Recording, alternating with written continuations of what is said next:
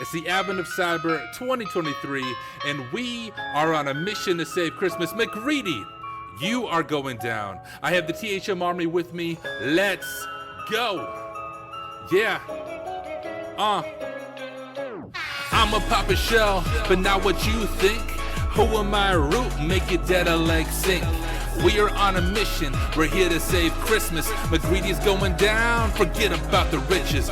Rumors gone around, like Skitty's got snitches. It's an insider threat, and everyone's suspicious. Recon McRed is hunting down a witness. He says he needs our help, so power on your system. Get your black hoodie, boot up the attack box. Hackers come together and take command of the SOC. It's the THM Army. McGreedy will get caught from the 0x1 all the way up to the gods.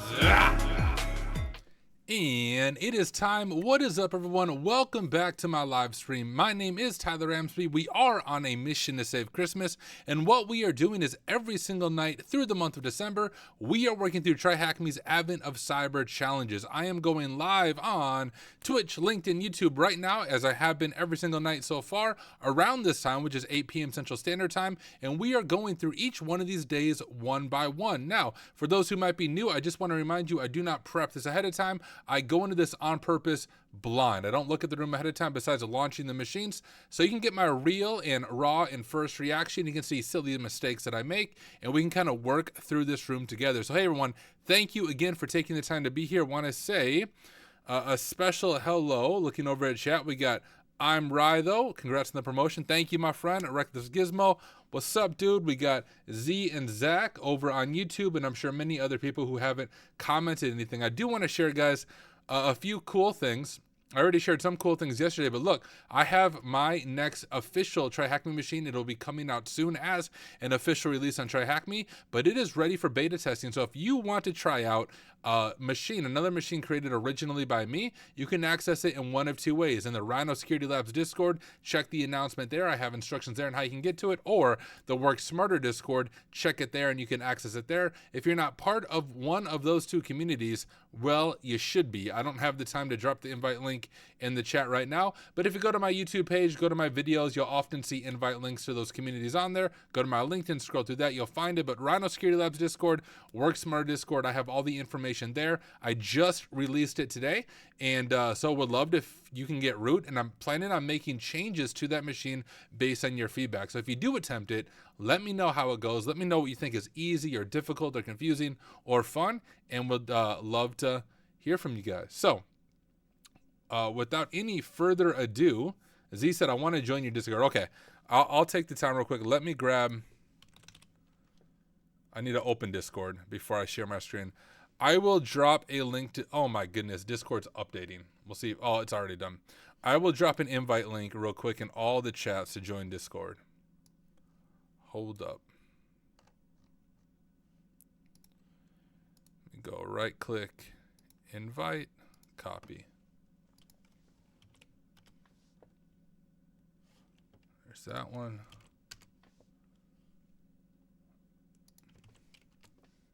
Okay, I dropped it in all the chats. That's the Work Smarter one.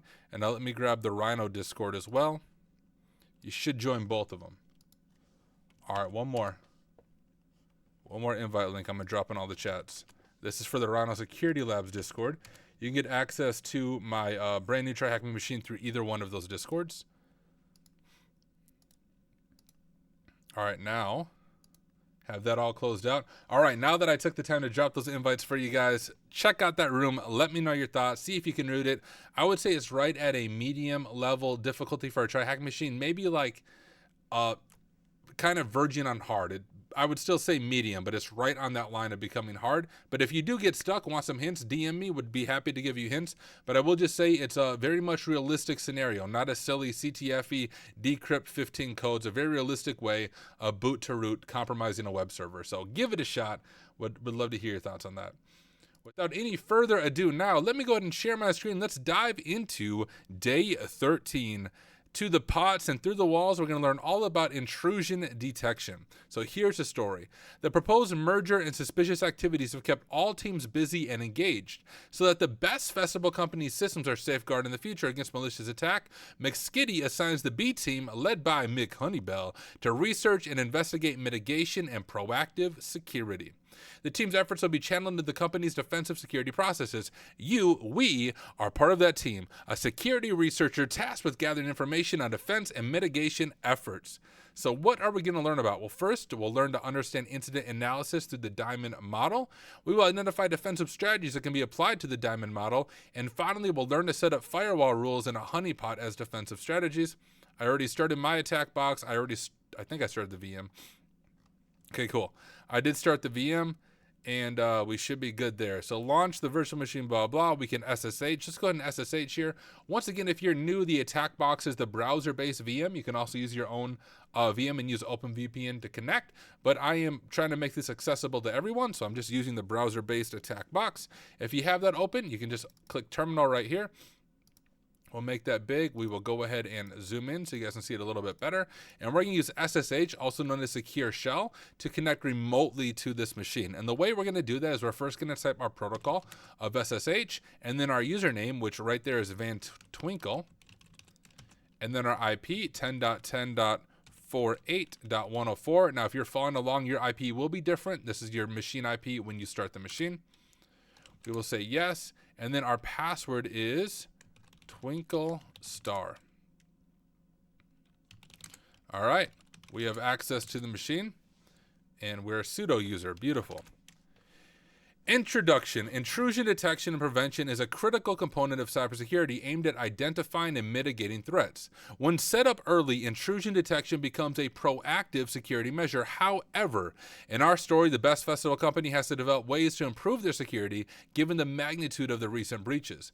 In this epic task, we will embark on a thrilling journey through fundamental concepts, detection strategies, and the application of the Diamond model of intrusion analysis and defensive security. Get your seatbelts on. Sounds exciting. Make sure I'm not missing anything in the chat. Looks like so far so good. Z said he joined the community. Awesome. Hey, thank you for joining. Glad to have you there. Tag me in the welcome or the intro and let me know that you're there. All right, incident analysis. Consider the cyber threat events that have recently taken place within the best festival company in Antarctic crafts. We have identified clues and artifacts, but we're yet to piece them together to lead us to the attacker. We need a framework to profile the attacker, understand their moves, and help us strengthen our defenses. The Diamond model, that's what we're going to talk about, hence the Diamond, victim capabilities, adversary infrastructure. The Diamond model is a security analysis framework that seasoned professionals use to unravel the mysteries of adversarial operations and identify the elements used in an intrusion. It comprises 4 core facets interconnected to form a well-orchestrated blueprint of the attacker's plans. We have the adversary, the victim, the infrastructure, and capability. We'll wield the knowledge we gained from the previous days of Advent of Cyber to unlock the secrets hidden within these core features. So our adversary, that guy with the black hoodie on. In our exciting storyline, we have discovered a suspected insider threat causing trouble within the best festival company and interfering with the proposed merger with Antarctic Crafts. This individual, who we'll call the adversary operator, is not just an ordinary troublemaker. They are the clever attackers or malicious threat actors responsible for cyber attacks or intrusions. Adversary operators can be an individual or an entire organization aimed to disrupt the operations of another. But that's not the only type of adversary. The adversary customer is another intriguing player in this grand scheme. They are the one who reaps the rewards from the cyber attack and can consolidate the efforts of various adversary operators. Picture this: a collection of adversaries working together to orchestrate the widespread security breaches, just like the anemic APT, Advanced Persistent Threat Groups, which are often nation-state actors. Victim: this is none other than the target of the adversary's wicked intentions. It could be a single individual or a domain or an entire organization with multiple network and data assets. The best festival company finds itself at the mercy of these adversaries, and we must shield them from further harm. Infrastructure, right there. Every adversary needs tools. They require software or hardware to execute their malicious objectives. Infrastructure represents the physical and logical interconnections an adversary employs. Our story takes an interesting twist as we uncover the USB drive that Tracy McGreedy cunningly plugged in, disrupting Santa's meticulously crafted plans. But beware! Adversarial infrastructure can be owned and controlled by adversaries or even intermediaries like service providers. Capability. Right there. What capabilities these adversaries have, what skills, tools, and techniques they employ. Here, we shine a light on the tactics, the techniques, and the procedures, or the TTPs, that shape adversaries' devious endeavors. Intruders or adversaries may employ various tactics, techniques, or procedures for malicious activities. Some of these include phishing, right? We all know phishing emails, exploiting vulnerabilities, things like SQL injection, social engineering, psychological tactics. You're not pwning systems, you're pwning people. Malware attacks, viruses, worms, and ransomware. Insider threat, that's like McGreedy. And finally, denial of service attacks to overwhelm a target system with excessive traffic or request. The defensive diamond model. But fear not, for we shall not be mere observers in this cosmic battle. We will harness the power of diamond model's components, particularly capability and infrastructure, for our defensive endeavors. We will forge the best festival company into a formidable defender, no longer a hapless victim. I like it. I'm already inspired by this. Defensive capability. It is said that defense is the best offense. Isn't offense the best defense? Oh well, doesn't matter. In the quest for protection against adversaries, the best festival company must equip itself with powerful defensive capabilities. Two key elements of this are threat hunting and vulnerability management. Threat hunting is a proactive and iterative process led by skilled security professionals like you to actively search for signs of malicious activities or security weaknesses in the organization's network systems. And the big thing here is active. You're not waiting for it. You are hunting it down. This is kind of like what John Hammond does in his day job, Matt Kiley, Huntress. That's their whole thing. Organizations can detect adversaries early in their attack cycle by conducting regular threat hunts. Threat hunters analyze behavioral patterns, identify advanced threats, and improve incident response. Developing predefined hunting playbooks and fostering collaboration among teams ensures a systematic and efficient approach to threat hunting. Vulnerability management. This is actually what I did in my last job. Before I was a pen tester, I did vulnerability management at a big bank. Vulnerability management is a structured process of identifying, assessing, prioritizing, mitigating, and monitoring vulnerabilities in organization systems and applications.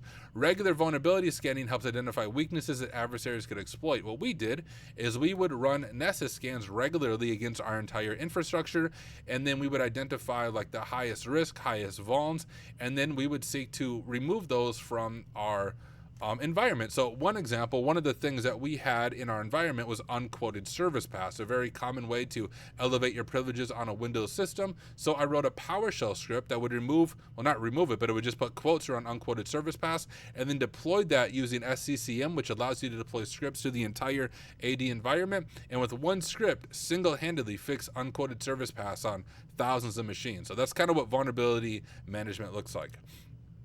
Prioritizing vulnerabilities based on their severity and potential impact, promptly patching or remediating vulnerabilities, and maintaining an up-to-date asset inventory is essential. Continuous monitoring, integration with threat intelligence feeds, and periodic pen testing further strengthen the organization's security posture. But if you're watching this and you need a pen test, you know who to call. Rhino Security Labs, the greatest pen testing team around. Meanwhile, reporting and accountability provide visibility into security efforts. By integrating threat hunting and vulnerability management, organizations can proactively defend against adversaries, detect threats early, and reduce the attack surface. These defensive capabilities form a solid foundation for incident response and ensure the best possible defense for the best festival company. Defensive infrastructure. The best festival company will construct their bastion of defense, fortified with tools and infrastructure to repel cyber attacks. Layer upon layer of hardware and software shall be deployed, ranging from intrusion defense and prevention systems to robust anti-malware solutions. The objective is to impede attackers by limiting their options to predetermined paths and disrupting their malicious actions with increased noise. Okay, I'm going to kind of jump through some of this. So, the firewall. We all probably have an idea of what a firewall is. I believe Someone correct me if I'm wrong. I think the original term of a firewall comes from a car. That if a car starts on fire, there's a firewall that stops it from getting it into the vehicle. Someone who knows cars better than me, let me know. But I think that's the original, like, where the word firewall comes from. So we have three, or more than three, but we have stateless and packet filtering. This provides the most straightforward functionality by inspecting and filtering individual network packets based on a set of rules that would point to a source or destination IP address, ports, or protocols. Here's the big thing with stateless and packet filtering. It doesn't consider any context of each connection when making decisions and effectively blocks denial of service attacks and port scans. Stateful inspection. This is most of your enterprise level firewalls. This is more sophisticated. It is used to track the state of a network connection and use this information to make filtering decisions. For example, if a packet being channeled to the network is part of an established connection, the stateful firewall will let it pass through. However, this packet will be blocked if it's not part of an established connection. We have a proxy service. This protects the network by filtering messages at the application layer, providing deep packet inspection. We have a web application firewall that protects web apps from SQL injection, cross-site scripting, and denial of service attacks. I always encourage organizations, though, don't only rely on this, because although they are a good defense, remember defense in depth, you can always bypass a web application firewall given enough time. Next generation firewall. This firewall combines the functionalities of the stateless, stateful, and proxy firewalls. This is actually what I meant by it. This is what most enterprise firewalls will be, such as intrusion detection and prevention and content filtering. For the remainder of this task, we'll focus on one application of a stateful inspection firewall in the form of the uncomplicated firewall, UFW, built into Linux. Our ID professional said this: according to Wiki, the term firewall originally referred to a wall intended to confine a fire within a line of adjacent buildings. Oh, so buildings. Later uses refer to similar structures such as the metal sheet separating the engine compartment of a vehicle, that's what I'm thinking of, or aircraft from the passenger compartment. So that's the origin of firewalls. Nerdy, interesting stuff, at least to me. All right, so configuring firewalls to block traffic. Van Twinkle knows that the uncomplicated firewall is a default on Ubuntu host, and she decides to use it for this experiment. Initially, it's turned off by default, so we can check the status by running the command below. So sudo ufw status. I forgot, it's like sprinkles or twinkle star or something weird. Actually, you know what? We're gonna go do this. Sudo su. And we're just going to do it as root so it doesn't prompt me anymore because YOLO. Okay, so UFW status. It is inactive, so we need to turn it on. And so we're going to do that by doing allow outgoing and deny incoming, which you can imagine. If we consider what that means, we want to allow outgoing traffic. If we don't do that, we can't visit web servers or anything like that. And we want to deny incoming traffic that doesn't already have a connection. So we'll do UFW default allow outgoing. There we go. UFW default deny incoming. Whoops, if I can type. Okay, there we go. Blah, blah. Additionally, we can add modifier delete rules by specifying an IP address, port number, service number, or protocol.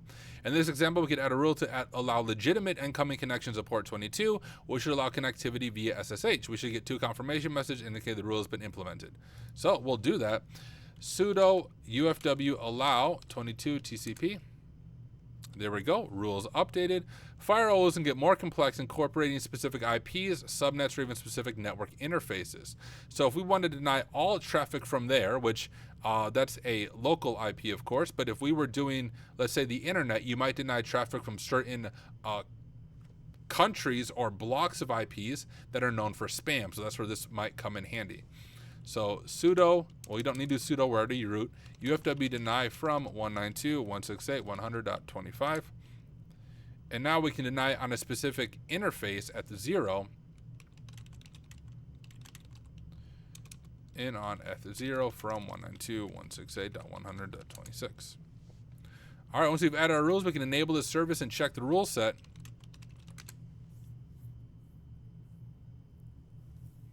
It shouldn't, because we allowed it, so we're gonna YOLO it. Yep, I assume we were good. If we did not enable SSH and then just did that, it would kick us out of SSH because, of course, it wouldn't allow that connection in. Z said he joined Rhino. Oh, the Rhino Discord, awesome, dude. Rhino is an incredible team of people. I'm honored to be there, truly. I don't want to say that. It's a cool spot. And now if we want to check our status, we can do UFB status verbose. And you can see we have port 22, we allow in from anywhere. So any IP with access to this machine can SSH in. We have anywhere and to deny this IP and then this IP on this specific interface. And then we have allow in again, v6. Cool, cool. What happens if the rules are incorrectly configured? Well, we can reset the firewall and revert to its default state and be able to configure the rules fresh. Sudo UFW reset.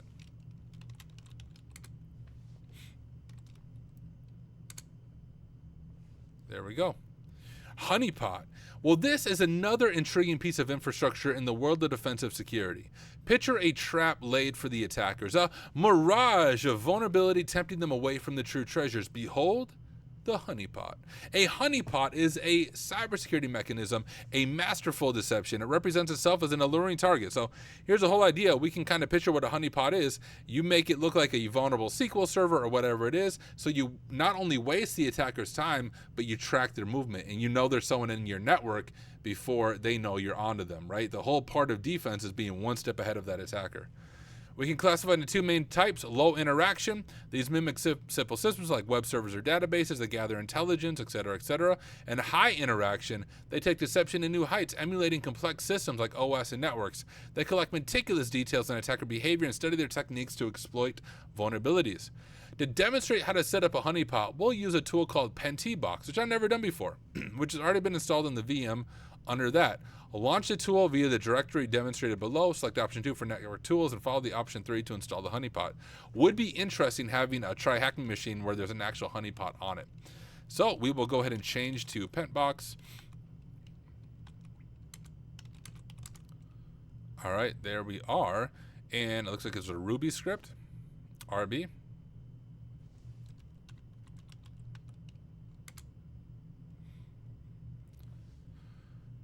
All right, launch the tool via the directory, select option 2 for network tools, option 3 to install the honeypot.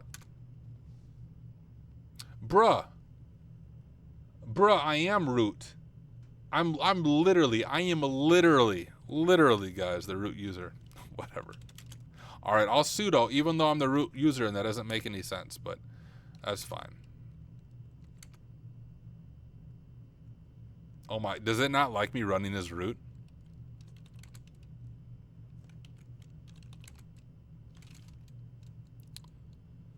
Silly thing. Must not like me doing my cool root trick. Twinkle. Oh, it didn't even prompt me for creds.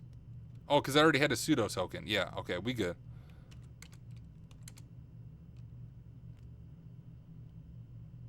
Guys? Can someone tell me what is going on here? The honeypot. Guys, the honeypot itself is a honeypot. It doesn't work.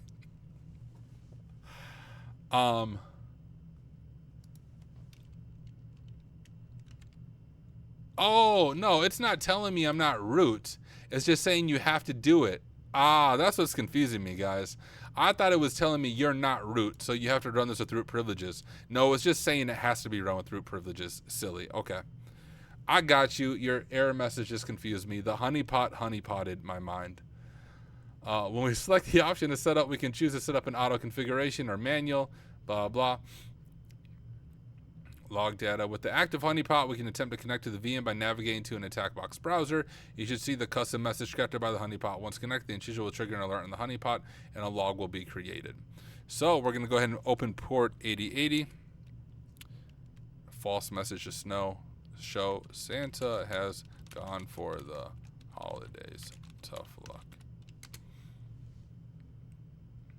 Yeah, let's save a log with intrusions. Yeah. Okay.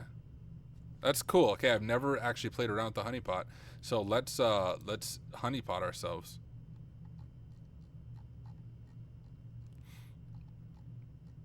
If I get the IP, oh my goodness.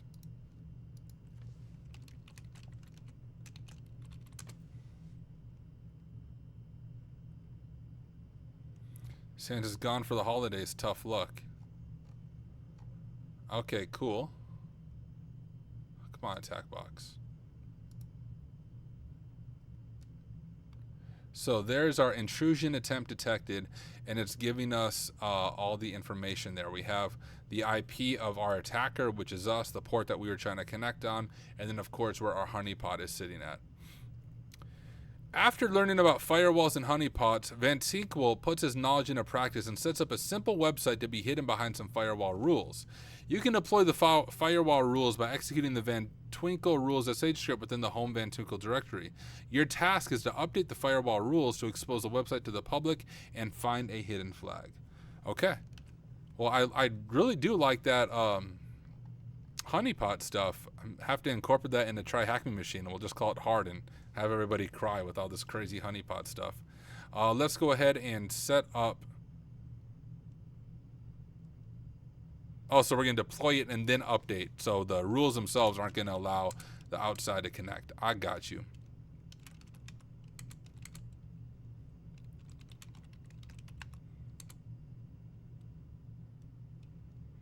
It better not kick me off SSH though. Okay, so let's go ahead and do sudo su ufw status. Okay, so what we're doing right now is we are allowing traffic on port 80 from anywhere and port 22 from anywhere, but we're denying traffic on 21, which is FTP. We're denying traffic here, which might be a web server, here, which might be a web server. Allow, deny, deny, deny. I'm guessing the web server might be running on one of these.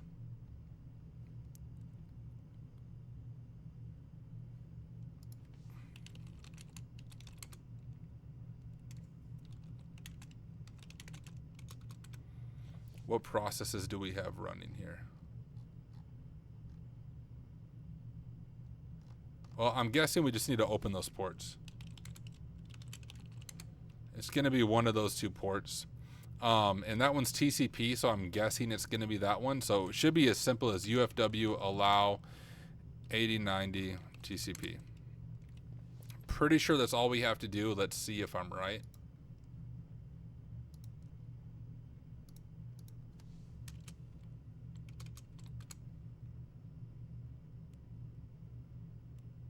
I'm right, I think. Is there a flag here? Or maybe it's the other port.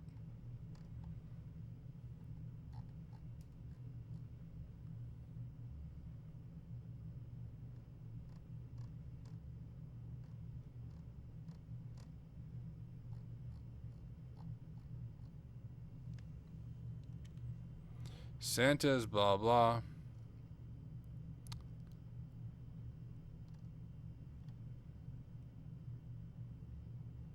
Here it is.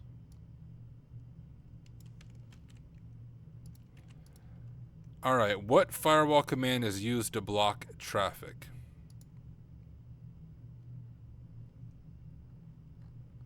It's just disable, isn't it? No, stop.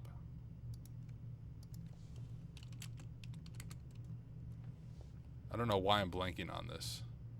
Yeah, disables the firewall. Deny, that's what I'm thinking of.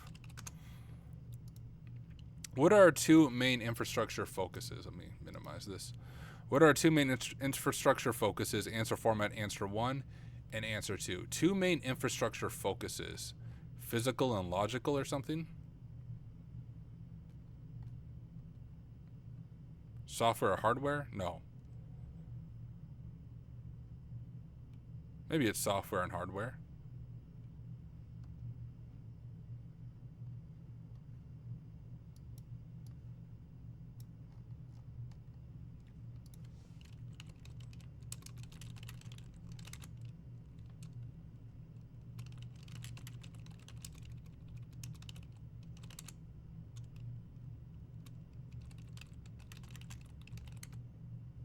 Okay.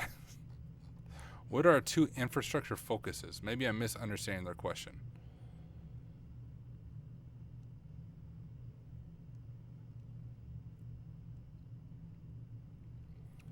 Blah, blah, adversary. Physical and logical, right? Infrastructure represents physical and logical interconnections that adversary employs. Our story takes an interesting twist as we uncover the USB drive.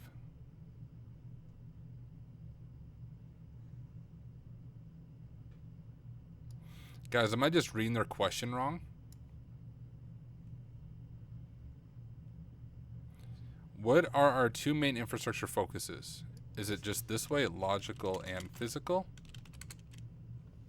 Okay.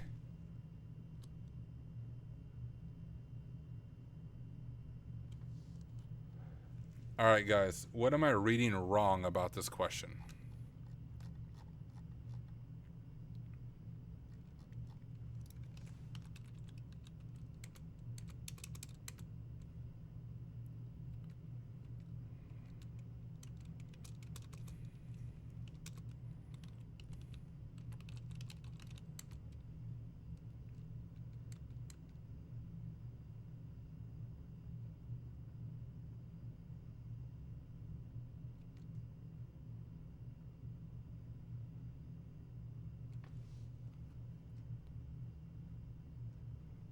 Is that what they mean? Firewalls and honeypots? Oh, that's what Reckless Gizmo said.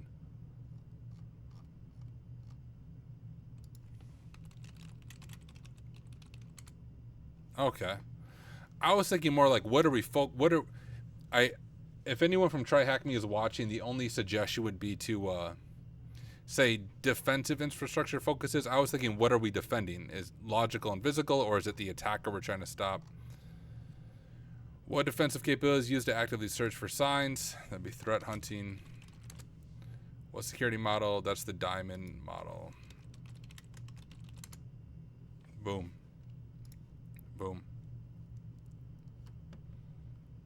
Deny firewall. Z was answering over in YouTube. Sorry, I try to figure it out myself before I look at the answers or the hints from other people. All right, well, we got it. That is everything today, folks, for what day are we on? Day 13. Let me make sure I'm not missing anything in the chat.